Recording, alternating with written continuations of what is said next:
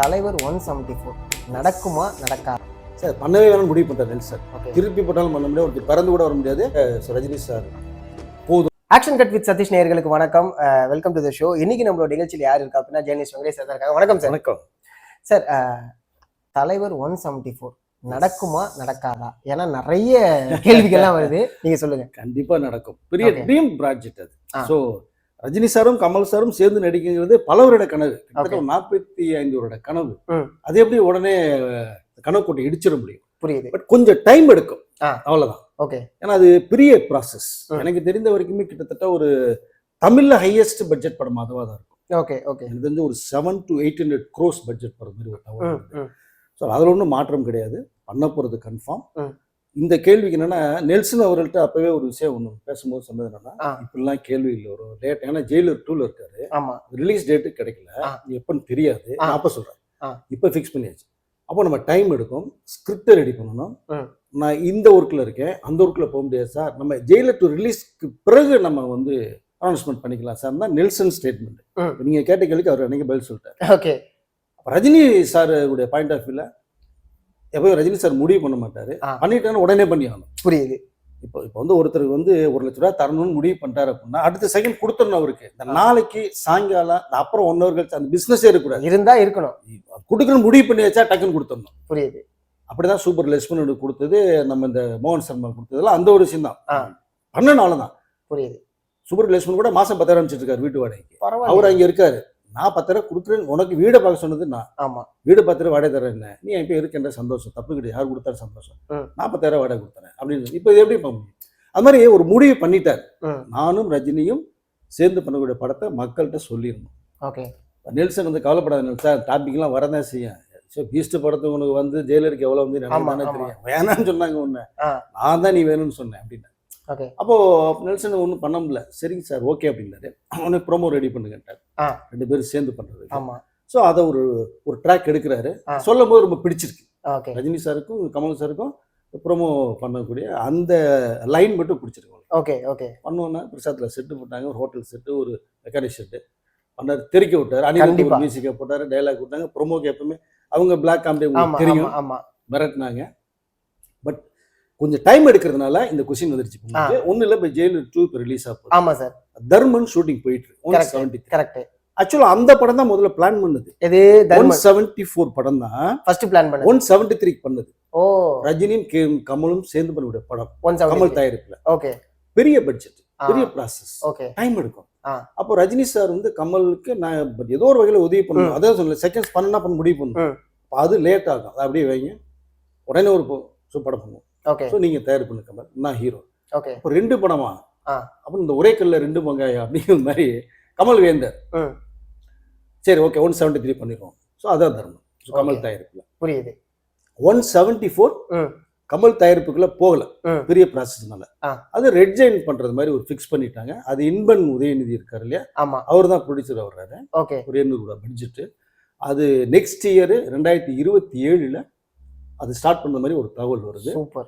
இப்போ Jailer 2 release, next year 27ல வந்து பொங்கலுக்கு தர்மன் ரிலீஸ்.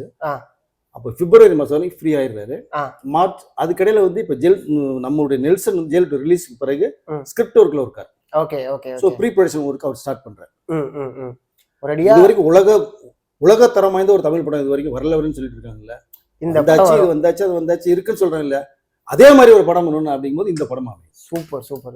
ரசிகர்களுக்கு அதுதானே வேணும். ரசிகர்களுக்கு, தமிழ் இண்டஸ்ட்ரிக்கு, இந்த இண்டஸ்ட்ரிக்கே அந்த படம் வந்து பெரிய ஒரு ட்ரீமா இருக்கும். கண்டிப்பா கண்டிப்பா. ஸோ அதனால அது கன்ஃபார்ம், மாற்றுக்கிறதுல கொஞ்சம் தாமதமாகுது, அதுதான் ரீசனே தவிர நடக்குமா நடக்காங்கிறதுக்கு இனிமேல் இந்த கேள்விக்கே இடமே இல்லை.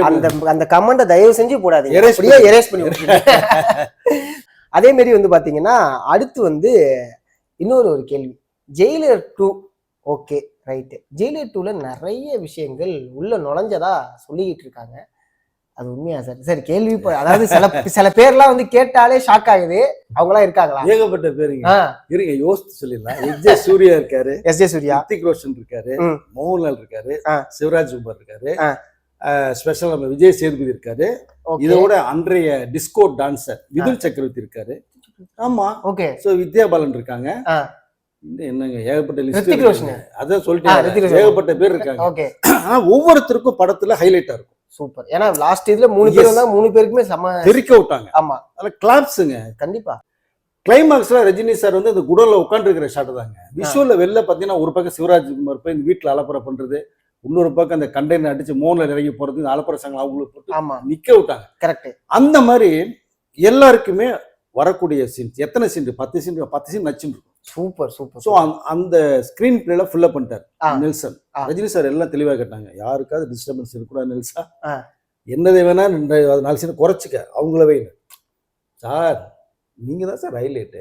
பட் அவங்களுக்கு பிரமாதமா இருக்கு சார். ஆனா இதுல என்னன்னா இந்த கிருத்திக் ரோஷன் ரோல் மட்டுமே பண்ணலாமா, ஏன்னா ஏற்கனவே பாலையா பண்ண மாதிரி இருந்து மிஸ் ஆச்சு. ஷாருக் கான் பண்ணி ஷாருக் கான் பண்ணலாம் போது அது மிஸ் ஆச்சு. சார் பண்ணவே வேணும்னு முடிவு பண்ணிட்டார் நெல்சன். அந்த கேமியை மட்டும் தூக்கிடுவான். ஆனா இந்த சீன் நல்லா இருக்கு. அதையா ரஜினி சார் வந்து நல்லா இருக்கு சீனு. ஷாருக் கான் சரி ஓகே, ஏன்னா ஷாருக் கான் வந்து ரஜினி சார் பண்றேன். அவர் வந்து ராவன் பண்ணும்போது ரஜினி சார் உடல்நிலை சரியில்லாம போய் மும்பைல ஆக்ட் வந்தாங்க. அந்த ஒரு நெட்டு கடன் இருக்குனாங்க. அதனுடைய எஃபெக்டா தான் சென்னை எக்ஸ்பிரஸ் சாங்கே வச்சிருப்பாரு எண்டில். பட் பார்த்தாரு, அது யூஸ் பண்ணுங்க நெல்சன்ட்டாரு. அப்புறம் சரி நேரா பண்ண இருக்கு சொன்னோன்னு அவரு இதுக்கு தானே வெயிட் பண்ணிட்டு இருந்தேங்க மாதிரி அவரு. ஏன்னா ரஜினி சார் வந்து ஹீரோ பண்ணும்போது கிருத்திக் ரோஷன் பொடியனா பண்ணது கரெக்ட். நீங்க சைல்ட் ஆர்டிஸ்ட். அவங்க அப்பா செட் அவரு ராகேஷ் ரோஷன் அவங்க அப்பா சொன்ன உடனே டே கிருத்திக் மிஸ் பண்ணக்கூடாது அப்படிங்கிற மாதிரி அவரு புரியுது. ஸோ அப்போ எல்லா சர்க்கிள்லாம் மிஸ் பண்ணிடாத, ஜெயிலர் 2 மிஸ் பண்ணிடாத. ஓகே, உடனே வந்து டேட் கொடுத்தாங்க, பண்ணாங்க. பிரமாதமான ரோல். Super super. ஸோ வித்யா பாலனுக்கு மிகப்பெரிய ஹைலைட்டான ஒரு ரோல் இருக்கு படத்துல. அதில் ஏகப்பட்ட ஆர்டிஸ்ட். இதுல முக்கியமா சொல்லணும்னா இவ்வளவு பேர் சொல்லிட்டோம்னா எஜே சூர்யா விளையாடி இருக்காரு மனசு. ரஜினி சார் வந்து ஐயோ இந்த கேப் நான் பண்ணிருக்கலாமே, என்னையா அவருதான் பிடிக்குமே, அவரு வில்லன்னா ரொம்ப. நீங்க எந்திரன் கதை சொல்லும் போதே ஆக்சுவலா வந்து இந்தியன் படமே வந்து ரஜினி சார் பண்ண வேண்டியது. சங்கர் சார் பண்ணும்போது நான் தான் சங்கர் சார் கூட்டு போய் ரஜினி சார் அறிமுகப்படுத்தி ரொம்ப ரொம்ப க்ளோஸ்ல இருந்தேன். இன்னைக்கு இருக்கும் அது வரை சார். பட் இந்தியன் கதையை சொல்ல வச்சதே நான்.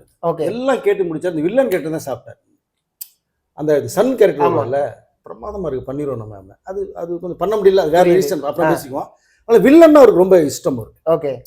ஸோ அதனாலதான் எந்திரன்ல சிட்டி கேரக்டர் சொல்லும் போது உடனே பண்ணாரு. அது பிரமாதமா இருக்கு அப்படின்ட்டு புரியுது. சிவாஜி படத்திலே சங்கர் பண்ணும்போது அந்த சுமன் கேரக்டர் ரொம்ப லைக் பண்ணாரு. பிரமாதமான ரோல் இது அப்படின்னு. பட் அது மாதிரிதான் ஜெயிலர் 2ல சொன்னாராம், எஜே சூர்யா போல டபுள் ரோல் பண்ணிருக்கலாமா நம்மளே அப்படின்னாரா. என்ன சார் அந்த கேரக்டர் அப்படி இருக்குன்னு சொல்லலாம். எஜே சூர்யா விளையாடி இருக்காருங்க மனுஷன். Super super. ஏன்னா இந்த நடிகவேல் அப்படிங்கிற பட்டம் எம்ஆர்ஆ தவிர யாருக்குமே கிடையாது. ரஜினி சார் ஒரே வார்த்தை சொன்னது, எஜே சூர்யா கொடுங்க பண்ண பிச்சு வராரியா மனுஷன். Super super. அதனால படத்துல விளையாடி இருக்காங்க ஒட்டுமொத்தமாக. படம் தாறுமாறா இருக்காங்க. ஓகே. ரஜினி சார் வர்ற சீன்லாம் விண்டேஜ் ரஜினியை பார்க்கலாம், விளையாடி இருக்காரு. பிளாஷ்பேக் ஹைலைட்டா வருது. அதுல வசந்த் ரவி இதுக்குள்ள வர்றாரு படத்துக்குள்ள. எப்படி போனாரு மாறினார் கடத்தல் கும்பல்ல, இவர் என்னவா இருந்தாரு. ஓகே. ஸோ அப்படிங்கிறது மாதிரிலாம் வச்சு ஒரு ஒரு கமர்ஷியல் சென்டிமெண்ட் ஹியூமர் சென்ஸ் எல்லாமே மிக்சியில போட்டு அரைச்சு நீங்க டேஸ்ட் ஒரு ஜூஸை கொடுத்து அப்படி இருக்கீங்க அந்த மாதிரி. Super sir. அதுக்கு அடுத்து வந்து பாத்தீங்கன்னா ரஜினி சாரோட பயோபிக்கே ஒண்ணு இருக்குல்ல, அது எப்போ சார்? ஏன்னா பயோபிக் எல்லாருமே எதிர்பார்க்கக்கூடிய ஒரு விஷயம்.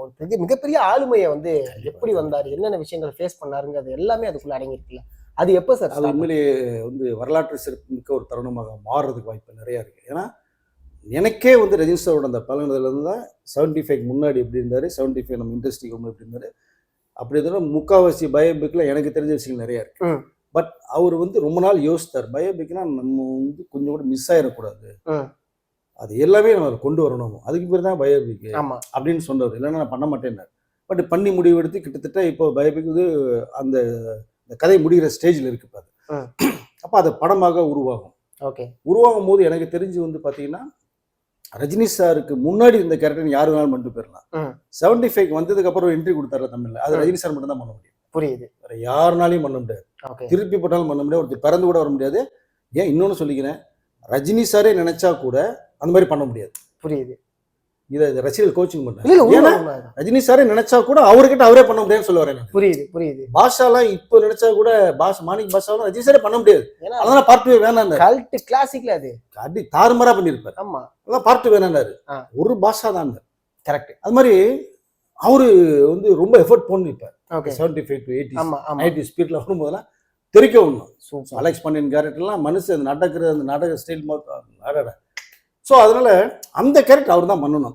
அது கொஞ்சம் இப்போ நிறைய விஎஃப்எக்ஸ் வந்தாச்சு, அது ஏஐ வந்தாச்சு, அந்த டிஐஜி வந்தாச்சு, அதெல்லாம் கொஞ்சம் மாட்டி பண்ணிடுவாங்க. ம். அதுக்கு 75 முன்னாடி சிவாஜிராவ் கெய்க்வாட் இருந்தார்ல, ஆமா. அதுல ஒரு 2 கேரக்டர் ஒன்று உள்ள வரும். ஆ, ஸோ அதுல யார் பண்ண போறாங்க, அதாவது சில பேர் யாருக்கு அந்த ஜாக்பாட் அடிக்கும் தெரியாது. பட் அது வந்து இந்த படமா பண்றது கிட்டத்தட்ட உறுதி சூப்பர், ஸோ சூப்பர். பயோபிக்கும் உருவாகுது. ஆ.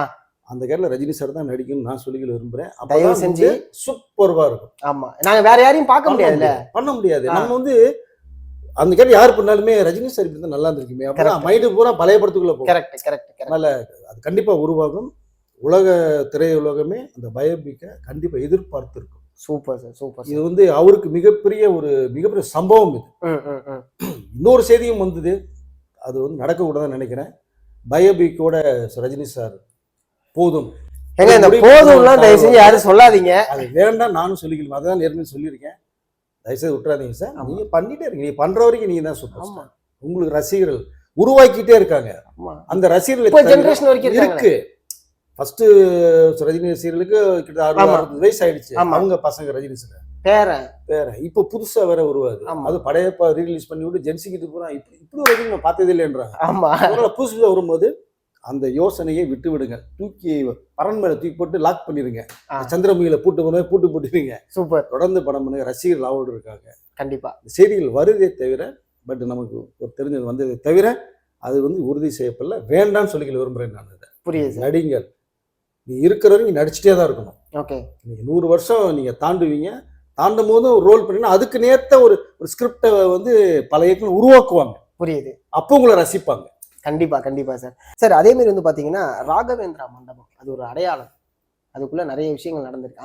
அந்த மண்டபத்தை இடிக்க போறதாவும் அங்கங்க தகவல் வருது.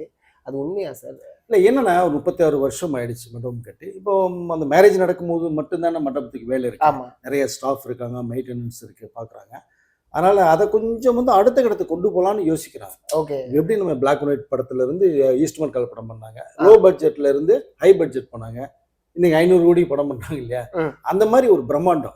Okay okay. ஸோ ஒரு காம்ப்ளெக்ஸ் மால் ஒன்று நல்லா ஹைடெக் பண்ணணும். அதுலயும் வந்து கல்யாண மண்டபம் இருக்கிற மாதிரி ஒரு மெசேஜ் இருக்கு. அது அந்த இடத்துல இருக்கதான் போகுது. எஸ், அதுக்கு ராகவேந்திரா பேரு தான் வைக்க போறாங்க. அது ஒன்று மாற்று கருத்து இல்லை. ஸோ வேற லெவலுக்கு கொண்டு ஐடியா பண்றாங்க. அவ்வளவுதான். இப்போ நீங்க பிளைனா மண்டபம் மட்டும் இருக்கு, கிரவுண்ட் ஃப்ளோர் ஃபர்ஸ்ட் ஃப்ளோர் இருக்கு, கார் பார்க்கிங் இருக்கு, அவ்வளவு ஒரு இடம் சும்மா கிடக்கு. அதை ஒரு மால் பண்ணீங்கன்னா ஒரு கல்யாண மண்டபம், ஒரு தியேட்டரு, அப்புறம் பர்ச்சேஸ் பண்றது அப்படின்னா பிஸியா இருக்கும்ல உங்களுக்கு. ஒரு 500 கார் வந்து பேஸ்மெண்ட்ல 1 2 3 போட்டீங்கன்னா அதெல்லாம் இந்த ஃபோரம் மால் மாதிரி நிக்க போகுது. ஆமா, கலகலன்னு இருக்க போது எவ்வளவு பேருக்கு நிறைய வேலை வாய்ப்புகள் கிடைக்கும், கடைகள் உருவாகும், நிறைய பேர் இதுல வந்து பொழைக்கிறதுக்கு வாய்ப்புகள் இருக்கும். அதுதான் நம்ம முக்கியமா பார்க்கணும். கண்டிப்பா. இருக்கிறது ஒரு பெரிய விஷயம் கிடையாது. அவர் எங்கேயும் வித்துட்டுலாம் போல, காசு வாங்கிட்டு வீட்டுக்கு கொண்டு கொடுக்க போல, இதை வேற விதமா ரஜினி சார் உருவாக்க போறாரு. அது மூலம் பல பேருக்கு வேலை வாய்ப்புகள் நிறைய கிடைக்கும். அதெல்லாம் வரட்டும், உருவாகட்டும். புதியதாக அப்படி எழுச்சி பெற்ற இந்த ராகவேந்திரா மண்டபம் கோடம்பாக்கத்தின் மிகப்பெரிய அடையாளம். அந்த அடையாளம் அழியவே அழியாது. அது எப்பவும் தான் இருக்கும். சூப்பர். புதிய தோட்டத்தில் உருவாத வாய்ப்புகள் நிறைய இருக்கு. Super sir. ரொம்ப நன்றி சார். உங்களோட நேரத்துக்கு நன்றி சார். சந்திப்போம் சார்.